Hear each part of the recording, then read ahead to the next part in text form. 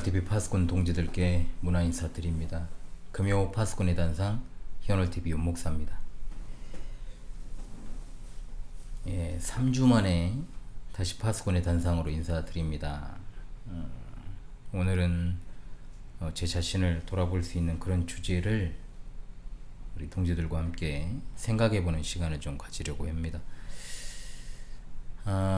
지난 주일이죠. 3월 16일을 기점으로 제가 몸도 마음도 온전하지가 못해서 여러 가지로 힘든 한 주를 보냈습니다.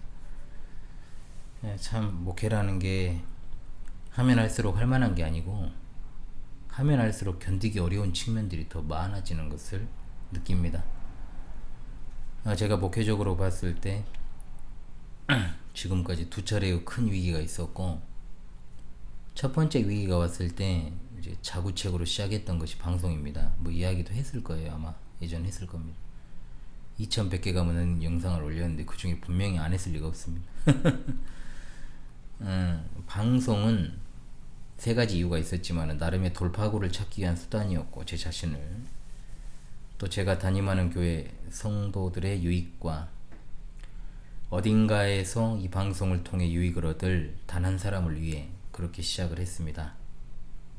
어찌되었든 제가 이제 제 자신을 채찍질하고 살기 위한 방편으로 방송을 시작했는데, 그 방송조차도 제게는 스트레스였습니다. 2년이라는 시간 동안 정말 너무 힘들었고 저를 괴롭혔고, 어느 정도 시점이 흐른 뒤 체념하고 그럴 때마다 하나님께서 일으켜 세워주시고 또 방송을 중단할 수 없는 상황으로 인도하시더라고요. 지금도 방송으로 인해서 힘들지만 그때와는 사뭇 다른 양상인 것은 분명 사실입니다.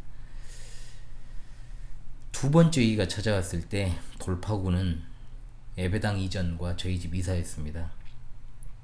사실 2023년 상반기만 하더라도 현재 위치한 지역으로의 이전은 생각하지도 않았고, 단지 예배당이 너무 열악해서 좀 더 나은 환경으로 가야겠다. 이제 10년째니까. 그래서 지금 도암동으로 이사 올 생각은 하지 않았죠. 그런데 또 목회적 대위기가 그때 오면서 제 자신의 안위를 생각하기보다 진짜 우리 자녀들을 잘 길러야 되겠다, 이 생각을 하면서 이곳으로 오게 된 겁니다. 제 식구만 따지고 이야기했을 때는 전혀 그럴 이유가 없었어요. 그래서 그때 당시만 하더라도 아내가 이제 굉장히 좀 힘든 상황이었고, 육아 또 목회 이사 준비로 인해서 거의 혼자 그 일을 감당하다 보니까 몸이 좀 만시창이가 됐어요. 그때 후유증이 아직도 육체적으로 여기저기 남아있습니다. 그래도 결국 그것이 하나의 돌파구가 되었습니다만, 이곳으로 오고 나서 또 한 번의 위기를, 이번엔 좀 비교적 인터벌이 짧죠. 아주 단시간에 맞이하게 되니까 참으로 가슴이 먹먹하고 답답함을 이루 말할 수가 없습니다. 계속 되어 왔던 거지만 아무래도 그것은 양들의 어떤 기본적인 도리 그리고 영적인 문제, 복합적으로 뒤섞여 있다라고 밖에 볼 수가 없겠습니다. 별 의식을 하지 않고 똑같이 흔들림 없이 사역들을 수행하고 어김없이 교회 설립 이전부터 하면 이제 16년째, 그리고 본 교회에서만 11년째 제가 제네박당을 훈장으로서 진행을 하고 있고, 또 여러 가르침의 사역을 수행합니다만, 갈수록 이제 양들의 어떤 신앙이라는 것이 무르익어야 되고, 개미 눈물만큼이라도요 또 연걸어 가야 되고 견고해져야 되잖아요. 그런데 하면 할수록 더 물러지는 게 느껴지고 흐트러지는 게 느껴지고, 몸은 여기 있지만 여전히 어떤 이들은 마음이 다른 곳에 있고, 좀처럼 교회에 마음을 안 둬요. 의도적인 것 같아요. 그런 모습들이 보이니까요. 제 눈에 너무 잘 보이고, 사실 그런 태도를 이제 나이가 드니까 사람들이 더 티를 내요. 숨기질 않더라고. 이게 나이가 들면 자신의 감정을 추스르고 티내지 않아야 되는 게 맞잖아요. 그런데 그런 태도를 숨기지 않고 내버립니다. 새삼 놀랄 것도 없었는데 주일 저녁에 이제 좀 마음이 심란해 가지고 있는데 제 아내의 말 한마디가 정말 더 저를 이제 크게 이제 요동치게 만든 것 같아요. 더 뭔가 마음이 힘들어지. 이렇게 말하더라고요. 사람이 철없는 20대 때는 잠시 그런 모습을 보일 수 있다. 그런데 나이를 이제 어느 정도 먹을 만큼 먹고는 그런 모습을 보여서는 안 된다. 나이가 많은 성도님이야 좀 이해할 수 있다고 쳐도 이것은 기본적인 A의 문제가 아니냐. 정말 이건 아닌 것 같다. 라고 말이죠. 제 아내와 연애 시절부터 17년을 제가 함께 하면서 연애 때도 한 번도 떨어져 있던 적이 없어요. 저희는 11년을 연애했는데, 그리고 그 사이에 이제 교회 설립도 하나님께서 하게 하시고 하셨지만은 뭐 일주일 내내 붙어 있고, 뭐 1년 365일 거의 뭐 아내가 시골로 잠깐 갔다 오는 것 외에는 항상 붙어 있었습니다. 하루라도 안 만나고 넘어간 적이 없었어요. 그 정도로 늘 붙어 있었는데, 너무 잘 알죠. 그런데 아내가 남을 평가하거나 이러이러한 행동을 지적하는 것을 거의 보지 못했습니다. 뭐 없었다고 해도 무방할 정도로요. 남에 대해 이야기하는 것을 좋아하지 않다기보다 그냥 타고났어요. 그러게 태생적으로 그래요, 좀. 그래서 이제 저는 이제 그런데 대화를 많이 하고 말을 많이 하잖아요. 이런저런 이야기를 하면 사실 제 편에 서서 좀 거들어 줄 수도 있잖아요. 맞장구 치면서.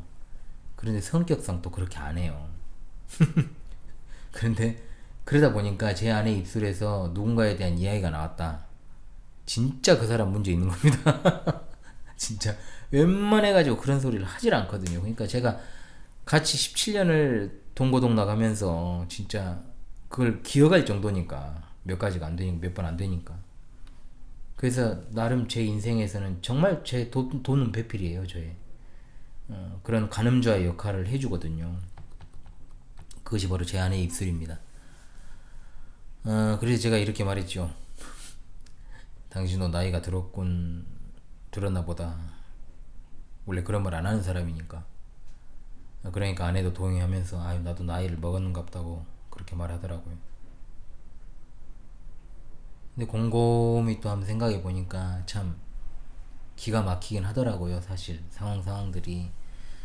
그러면서 나라는 존재는 뭘까? 정확히 목사가 교회는 아니니까. 그리고 그런 어떤 전통적인 어떤 목사님들의 어떤 권위의식에 좀 있는 그런 목사님들과는 전혀 좀 다르거든요. 저는 분명히 뭐 만나보면 아시겠습니다만 또 누군가를 누르는 성격도 아닙니다. 그냥 대외적인 활동할 때 다른 사람, 또 목회할 때 또 다른 사람이 있거든요. 근데 저는 똑같아요. 제가 확신합니다. 그것은. 웬만한 일이 터져도요, 달래고 얼르고 이해하고 감싸고 좋은 말로 합니다. 진짜로. 속은 문드러져도. 아이들에게야 이제 자라는 아이들이니까 조금 엄하게는 해도 잘해줄 때는 말도 못하게 잘해주죠. 그걸 다 덮어버릴 정도로. 그것은 별개로 하고 말이죠. 결국 목회자가 교회에서 절대적인 위치를 차지하고 있지만, 특히나 이제 더욱더 그러할 수밖에 없는 구조적으로 작은 교회다 보니까 아무래도 익숙함이라고 하는 것이, 왜 비슷한 멤버들끼리 거의 뭐 10여 년 또는 이제 그렇잖아요. 뭐 적어도 7, 8년, 8, 9년 막 이러니까 충분히 그럴 수 있죠. 익숙함이 가져다 준 측면일 수도 있고, 또 친밀해서 그런 언사와 행동을 보이는 것은 아닌지 제가 생각을 하게 되었다는 겁니다. 그럼에도 불구하고 어떤 사람에 대한 기본적인 내의를 떠나가지고 과연 이 사람들이 교회에 마음을 두고 있을까? 예수 그리스도께서 그 중심에 있는가, 계시는가? 정말 예수님이 그 중심에 있다면 당연히 그리스도의 몸된 교회에 붙어있는 그 지체로서의 의식이 있어야 되잖아요. 이걸 생각하니까 아닌 것 같아서, 솔직히 말하면 너무 가슴이 아프고 답답하고 심란하고, 도대체 이 교회라는 것이 이들에게 무엇이고, 그러면 약물이를 위탁받은 나라는 목사는 도대체 어떤 의미일까를 한번 생각해 봤습니다. 그러면서 정말 괴로웠지만은 저는 제 자신을 이제 돌아보는 쪽으로 온 거죠. 이제 선회를 했죠. 양들의 태도를 평가하기에 앞서서 과연 나는 좋은 목사인가, 좋은 척을 한 건 아닌가, 이런 생각을 하게 되었다는 겁니다. 어쩌면 이런 생각조차도 스스로 위로받으려고 나름 꺼내던 자구책이 아닌지 생각도 하면서, 왜냐하면 교회에서 일어나는 일의 대부분의 책임은 저는 목사에게 있다고 보고, 또 목사가 중추적 역할을 하는 것도 사실이고, 성도의 문제는 곧 그를 지도하는 목사의 문제라고 생각하는 것을 기조로 삼아서 지금까지 살다 보니까 당연히 이런 문제 역시 나 자신의 문제로 귀결해서 생각할 수밖에 없다는 겁니다. 양이 마음에 안 든다고 태도가 좀 불량하거나 무례하다고 해서 양을 드러내겠어요? 언제나 목사보다 양이 우선이고 그 모든 것 위에 주인이신 하나님이 우선이고, 당연히 목사가 양에게 유익이 되지 않고 또한 양을 위해 존재하는 그 목사의 자격과 직능에 결함이 생기면 당연히 목사가 양을 위해서 언제든 그 자리에서 사라져 줘야죠. 당연합니다. 그래서 당연히 저는 목사로서의 제 자신을 돌아보면서 또 이렇게 파수꾼의 단상에 이 주제를 올려놓은 것입니다. 아내가 제게 말하더군요. 목사님, 그만해도 됩니다. 목사님이 그만해도 누가 뭐라고 할 수 있겠어요? 근데 이 말을 하더라고요. 목회를 안 하면 견딜 수 있겠어요? 워낙 잘하니까 나를. 목사님 그냥 방송만 하세요. 이런 말을 하더라고요. 이런 말을. 방송도 힘든데 사실. 속으로 생각하면서 웃고 말았습니다. 그런데 잠이 안 오더군요. 진짜.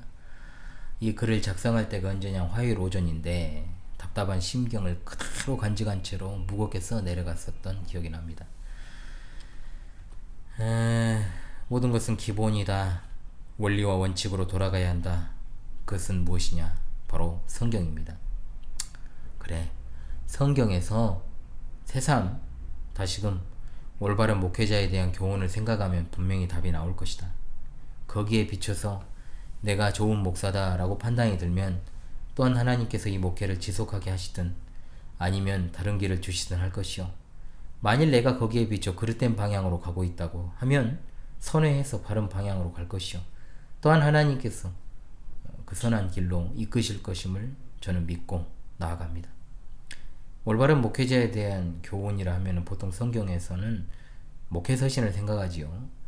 그러나 사실 바울 사도가 에베소에서 사역하고 난 뒤에 마케도니아와 그리스 지역 순회 전도를 마치고 예루살렘으로 돌아오는 길에 밀레도에서 에베소 교회 장로들을 향해 설교하는 내용이 사도행전 20장에 나오죠. 이른바 고별 설교.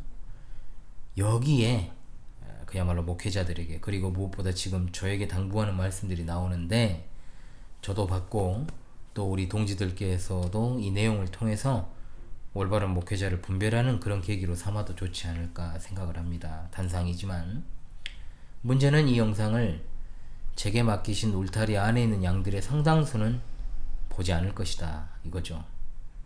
그런 것까지 의식을 하며 제가 영상을 올려야 됩니다. 사실 볼 수도 있고 안 볼 수도 있지만 역시나 안 볼 것인데, 그래도 이 방송을 본 울타리 안에 있는 성도들 외에 울타리 밖에 있는 보편교회 성도들을 향한 것이기도 하니까 제가 다 제게 맡기신 위탁하신 양들이라 생각하고 저는 늘 방송을 한다 그랬잖아요.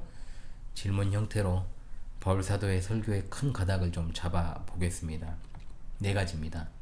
첫째, 하나님의 복음을 위해서 나의 생명조차도 귀한 것으로 여기지 않고 있는가?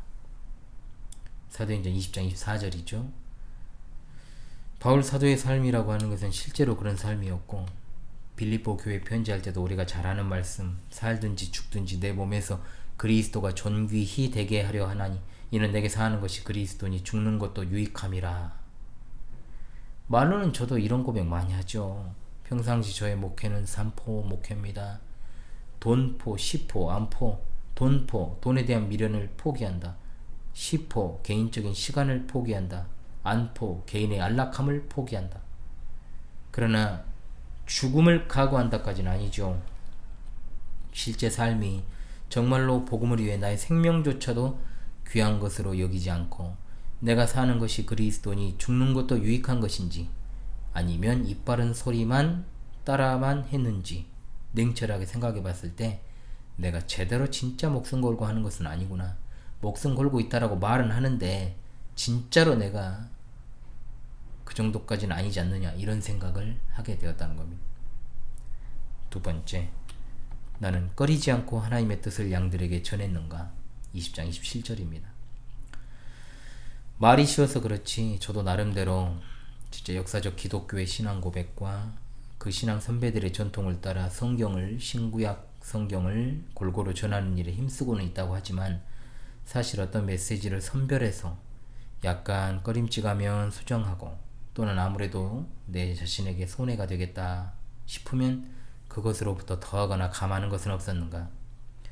진짜 하나님의 말씀의 본문에 드러난 하나님의 그 뜻을 그대로 전하고 또는 반대로 누군가를 내가 콕 찍어봐가지고 그를 심중에 두고 아니라고는 하지만 저격한 것은 없는지, 어떤 특정한 목적 의식을 가지고 내가 복음을 갖다가 전하는 일은 없었는지, 가감하는 일이 없었는가, 또는 하나님 말씀을 좀 이용해가지고 내 목적을 달성하려고 한 것은 없었는가. 어떤 손해라도 감수하고서라도 정말로 가감없이 그대로 전했는가 했을 때 역시나 그렇지 못한 제 자신을 발견합니다. 복음을 순수하게 전하기보다 제 자신의 감정을 많이 녹여내서 그것을 입으로 분출한 적도 분명히 있고, 감정이 고조될 때는 분명히 즉흥적으로 무언가를 덧대서 군더더기 있는 말씀을 전한 적도 있다.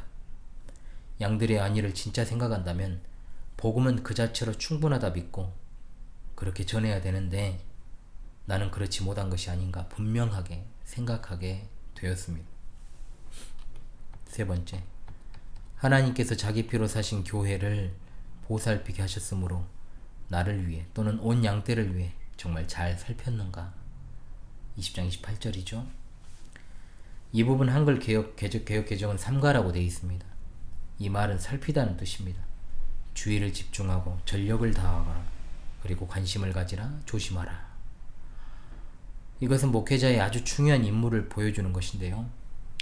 그리스도의 몸된 교회를 잘 가르쳐 지키고 보호해야 될 의무가 있다, 이겁니다. 울타리 이야기 할 때도 말씀을 드렸습니다만 흉악한 일이, 포도원을 허물려고 하는 여우가 호시탐탐 교회를 해하려 하고 또 교회 내에서 자기 유익을 위해 신자들을 미혹하려는 자들도 일어서기 때문에 늘 깨어서 주의를 집중하고 전력을 다하고 관심을 가지고 조심해야 되는데, 저는 분명히 그 일을 그래도 나름 성실히 수행했다라고 자부했건만 곰곰이 따져보니 그간 가르치는 일에는 열심을 다했을지 모르나 그 가르친 것들을 성도들의 삶에서 잘 적용하고 있는지를 늘상 확인하고 점검하고 다시금 그것을 갖다가 상기시키고 다시금 재반복하고 명심할 수 있도록 그렇게 계속 독려하는 일은 부족하지 않았나. 그리고 나 자신을 위한 길이라고 했기 때문에 거기에 발맞춰서 그 교훈들을 가르칠 뿐만 아니라 내게 적용하고 살아가는 일에는 조금 소홀하지 않았나 생각하게 되었습니다. 역시 저에게 결격 사유가 존재하는 것을 보게 되었죠. 넷째로, 나는 목회하면서 나의 사역을 나의 삶의 수단으로 삼을 목적이나 의도가 있지는 않았는가. 33절이죠. 바울 사도의 목회는 그야말로 복음을 위해서일 뿐 누구의 금이나 은이나 의복을 탐해서가 아니라고 분명히 말합니다. 바울 사도는 이에 대해서 스스로 모본을 보인 거죠. 제 자신을 돌아봤습니다. 솔직히 말하면 우리가 궁핍할 때 흔한 말로 먹어 죽을 것도 없다는 말을 하잖아요. 사렙다 과부가 딱 한 끼 식사를 할 수 있는 분량의 가루와 기름을 소유하고 있으면서 그것으로 이제 지어 먹고 죽는다고 했잖아요. 말 그대로 딱 먹고 죽을 것만 있었죠. 그런데 그것으로 엘리야를 공개했던 사실을 우리가 잘 압니다. 과연 내가 먹고 죽을 것도 없었느냐? 정말 궁핍했습니다. 그건 사실입니다. 정말 쓸 것이 없었어요. 교회를 운영할 재정 자체가 빠듯하니 외부에서 무슨 선교를 받는 것도 아니고 제가 생활비를 쓸 수 있는 것도 없었습니다. 들어오면 그냥 다 교회로 들어갔죠. 지금도 뭐 그렇지요. 왜냐하면 매월 쓰는 것보다 수입이 적을 때가 많아요. 혹독하게 아끼고 하다 보니 그때 좀 축적된 게 있어가지고 또 하나님의 은혜와 자비로 긍휼하심으로 또 정말 훌륭한 성도님들이 외부에서 도와주신 것도 있고 있을 수 없는 일이었죠. 그때 당시에는. 그래서 마이너스가 되어도 그냥 그거 까먹고 있는 거예요. 그냥. 예. 그러니까 이제 뭐 계좌가 뭐 텅텅 비거나 그러진 않습니다만은. 그래서 비교적 이 문제에서는 자유롭다라고 자부하지만 그럼에도 순간순간 복음을 위해 목회하는 자가 하나님께서 공급하실 것을 생각하지 않고 머리를 굴렸던 적이 많습니다. 저도 진짜. 가난하든 부하든 상관없이 사람은 탐심을 가질 수 있고 그 탐심은 결국 하나님과의 관계에 문제를 일으키잖아요. 바울 사도처럼 올바른 물질관을 가지고 단 상황에 따라서 스스로 생계를 유지할 방편을 마련해서 복음 전도 활동을 계속해서 그치지 않았던 그 모습을 생각하면 저는 너무나도 부끄럽기 짝이 없죠. 저는 분명 이 부분도 온전하지 않았음을 발견하였습니다. 나는 과연 괜찮은 목사일까? 첫 번째 시간을 마무리하면서 분명 이와 같은 네 가지 올바른 목회자의 어떤 모습들을 통해 저를 비춰봤을 때, 이 거울에 비춰봤을 때 저는 결핍이 있는 자고 결격 사유가 있습니다. 누구 뭐라 할 것이 아니다. 양들을 탓하고 싶고 양들의 문제라고 이야기하고 싶은 것인가? 사람이 완벽할 수는 없겠지만 그래도 목회의 대선배 바울 사도를 통해 주신 하나님의 그 가르침과 그 모본을 따라서 살아가고 나서야 비로소 나 자신을 돌아보고 양떼들의 미성숙함을 그때 이야기할 수 있지 않을까. 일단은 나를 돌아보고 양들을 위해 더욱더 하나님께 신실하고 양떼를 더 신실하게 돌보고 먹이는 일에 힘쓰고 나 자신을 끊임없이 살펴야겠다 이 생각을 해봅니다. 그리고 그 다음에 이제 하나님의 행하실 일을 기대하고 또한 어떻게 이끌어 가실 것인가, 또 하나님의 뜻을 구하고 하나님이 세운 목회요 또 하나님이 세우신 교회니까 여는 것도 하나님이시고 닫는 분도 하나님이시니 내가 뭐라고 이런저런 소리를 하고 있느냐. 다시금 찾아온 시련의 계절에 목회자로서의 나 자신을 다시금 돌아보고 하는 일들을 계속해서 수행하는 것이 옳다. 이를 통해서 이번 위기 역시 잘 극복해야겠다라고 다짐을 합니다. 숱하게 앞으로도 찾아올 위기 앞에서 양들을 탓하기보다 나 자신을 먼저 돌아보자. 다음 주에도 제 마음이 어떨지는 모르겠습니다만 같은 주제로 여러분을 찾아올 거 생각 중입니다. 어떤 목회자로서 살아가야 하는 것인가 구체적으로 상고하면서 또 이 파수꾼의 단상을 통해 저 자신을 채찍질하는 계기로 삼겠습니다. 양떼를 위해서 그걸 목적으로 사는 자가 양떼가 조금 성숙하지 못했다 해서 그 울타리를 어떻게 뭐 부숴버릴 거예요, 뭐 어쩔 거예요, 그잖아요. 양떼의 안위를 위해 존재하는 자임을 잊지 말고 또 그렇게 인내하겠습니다. 차마 말하지 못하는 이야기들이 있음을 생각해 주십시오. 쉬운 판단보다는 주의 교회의 굳건함과 경성을 위해서 기도해 주시고 같은 마음으로 지켜봐 주시면 감사하겠어요. 지금까지 금요 파수꾼의 단상 현월TV 윤목사였습니다. 여러분, 나는 과연 괜찮은 목사일까를 생각해 보았습니다. 한 주간도 참으로 여러분 수고 많으셨습니다.